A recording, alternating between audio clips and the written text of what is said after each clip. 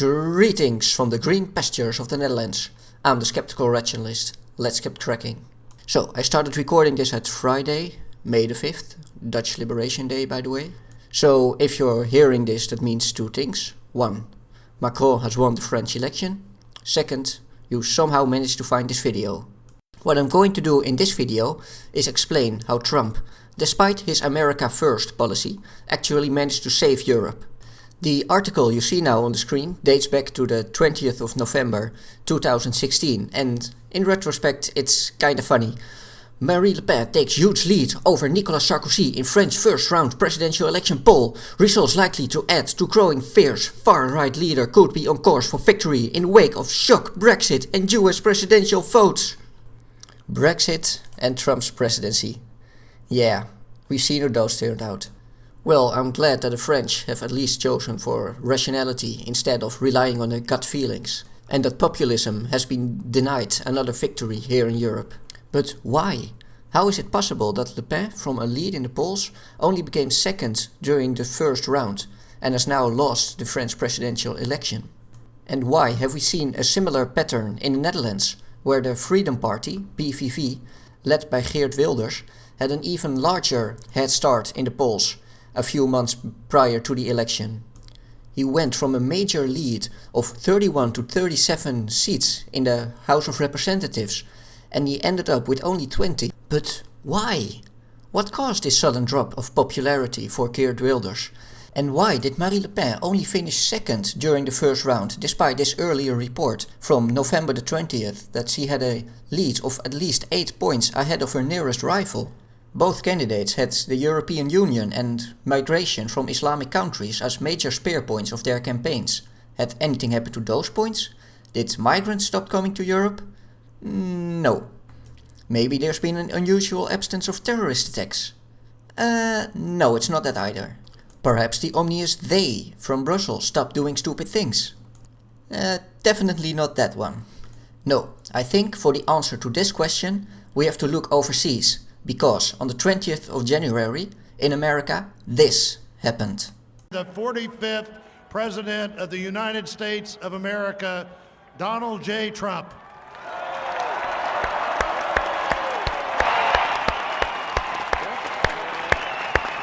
Did I get that one right, Tony?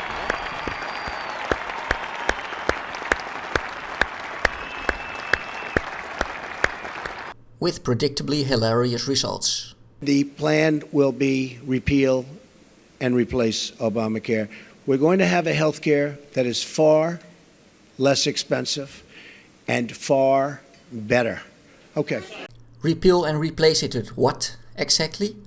And then, of course, there's this priceless comedy.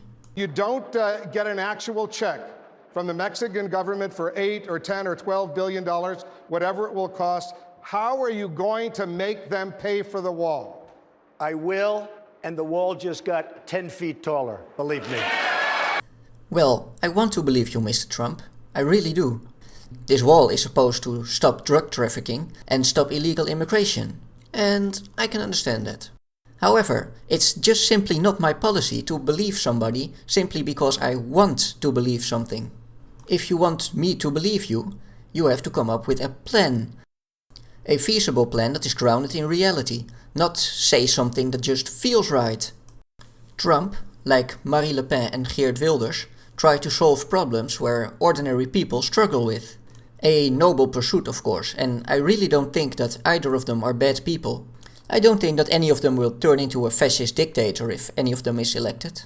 However, if you promise your voters you're going to solve such a complicated problem if you get elected, then there are 3 possible scenarios. 1. Everybody who was in power before you was grossly incompetent. 2. Everyone who came before you was corrupt. Or 3. Things aren't as simple as you make them out to be. Now, which one of the 3 is the most likely? These kind of problems have the tendency to be wicked problems. A wicked problem is a problem that is difficult or impossible to solve because of incomplete, contradictory and changing requirements that are often difficult to recognize. Solving such a problem is hard. Playing the blame game and shouting is easy. Unless of course your problem is called Alduin and you're the Dragonborn. In that case shouting can be pretty darn effective. Otherwise, yeah, good luck. It can, however, make you very popular with a certain demographic who simply don't care whether or not your ideas are grounded in reality. They just want you to say what they want to hear, which is, of course, that you are the panacea to all their woes. For added effect, you can accuse your political opponents of being part of the elite who are out of touch with the common man, even though you are so out of touch with reality that you might even actually start to believe that you are the be-all end-all to all the world's problems. Until, eventually, reality manages to catch up with you. But that shouldn't be a problem. You can always make up your own facts. Or, even better, claim that the ever-omnious, nameless, faceless they are after you and are trying to sabotage you because they're angry that you stole their power. All while carefully hiding that you don't have a clue what you're on about. And if it eventually does come out, no matter. Do you really think that the people who are at this point still supporting you are gonna say, "Oops, sorry, I was wrong," and then support somebody else? Of course not. You basically can't lose at this point. It's genius! So, why did this work for Trump, but did it not work for Geert Wilders or Marine Le Pen? Well, something about fool me once, shame on you, fool me twice, shame on me. Now, here you see another interesting article, which, with the advantage of hindsight, is pretty funny. The French Front National leader was among the first to congratulate US presidential winner and the free American people, quickly adding that the result was good news for France. Yes, it was indeed good news for France, but not in the way that you expected. 3 months later, she has expanded on her theme. I said the evening of Trump's election that this is not the end of the world, it's the end of a world. The EU world is ultraliberalism, savage globalization artificially created across nations. I believe that this world is dead. A very interesting statement, because what kind of liberalism is meant here in the first place? I assume it's economic liberalism, because I know that in America liberalism has a somewhat different meaning, mostly being associated with social justice warriors. And it's not like Brussels has enforced universities to adopt this ridiculous notion of safe spaces, so I assume she means economic liberalism. And this isn't exactly true either, because Europe hasn't enforced the European nations to adopt the American healthcare system, for example. And even Obamacare is a lot more liberal than any European healthcare system I know of. Or maybe she means the free movement of goods and services and finance and people within the European borders. Well, at least then she has a point, but this works both ways. Just because the French can import Audis and Volkswagens also means that the Germans can import Citroëns and Peugeots. If the French people are importing more Audis than the Germans are importing Citroëns, then maybe you should just up your game and not just complaining about it. This concept of allowing the free market to determine which goods and businesses will survive and thrive in the marketplace and which one will not is called capitalism. It has something to do with being the most efficient method to allocate resources. Sure, if a Polish person works for less than a French person because there's a loophole in the law which allows his employer to pay less taxes and all that, then there is just a loophole in the law which needs to be fixed. It does not mean that there's a fundamental problem with the free movement of goods, services and personnel.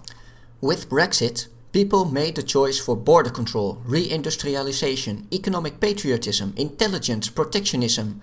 Yeah, good luck with that. The United States has chosen the same by electing Trump. It has come to define her political discourse. Political divisions no longer put the right and left in opposition, but patriots and globalists, Le Pen argues. Well, if you want to take action against the free market, I'd say you're pretty left. And I don't say that's necessarily a bad thing, but you have to define it as being far left. You're against capitalism. And we've seen how well that worked out in Venezuela.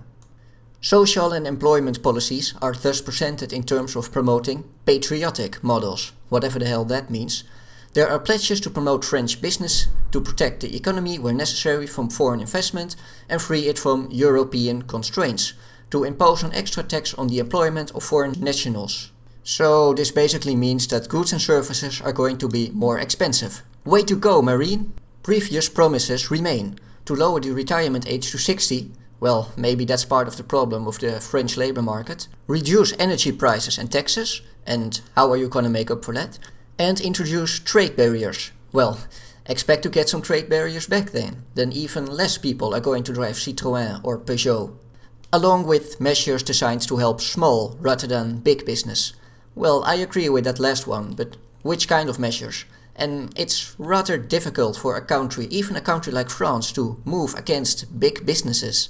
Especially if you're in an area with a lot of nations packed together, with all more or less the same culture, education levels, income levels and all that.